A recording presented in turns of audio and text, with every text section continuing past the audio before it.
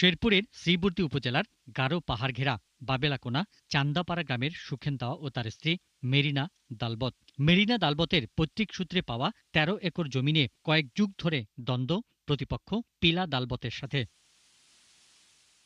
মামলা সূত্রে জানা গেছে, পিতার নামের বানান কাছাকাছি হয় ১৯৮৫ সালে স্থানীয় ইউপি সদস্য আফজুল হকের যোগসাজশে জমির জীবিত মালিককে মৃত দেখিয়ে ওয়ারিশ দেখিয়ে জমিটি দখল করে পিরোলা দালবত। তবে এ বিষয়ে কথা বলতে রাজি হননি ইউপি সদস্য।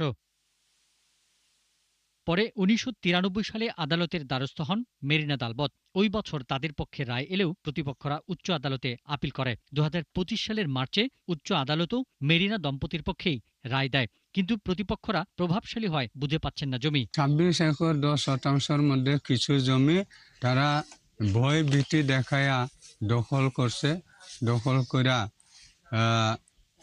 যদিও তাদের কোনো নাই, কাগজপাতি নাই। জমিন কাইড়ে নেওয়া, আমার ছেলে নাই, মেয়ে ছিল ৬ জন, একজন মারা গেল।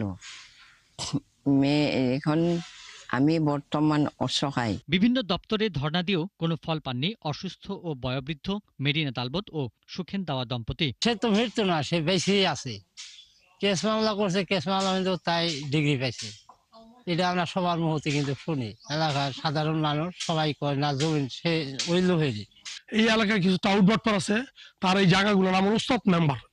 ওস্তাদ মেম্বার করে কি, এই মহিলাকে আরো ২-৩ মাস এই জায়গাগুলো গ্রাস করার জন্য মহিলার মৃত্যু দাইছে। খালি মেয়ে ছেলে নাই, যার ফলে এদেরকে বিভিন্ন এলাকার লোকজন মানে তাদের হুমকি দেয়। এদিকে ভুক্তভোগী এই পরিবারের পাশে থাকার আশ্বাস দিয়েছে ট্রাইবাল ওয়েলফেয়ার অ্যাসোসিয়েশন ও উপজেলা প্রশাসন।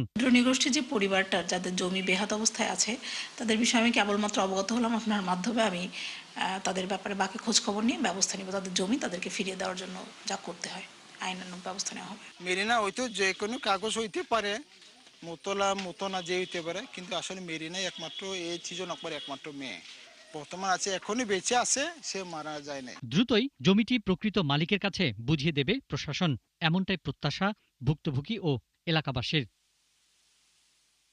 পিন্টু হাজং, ৭১।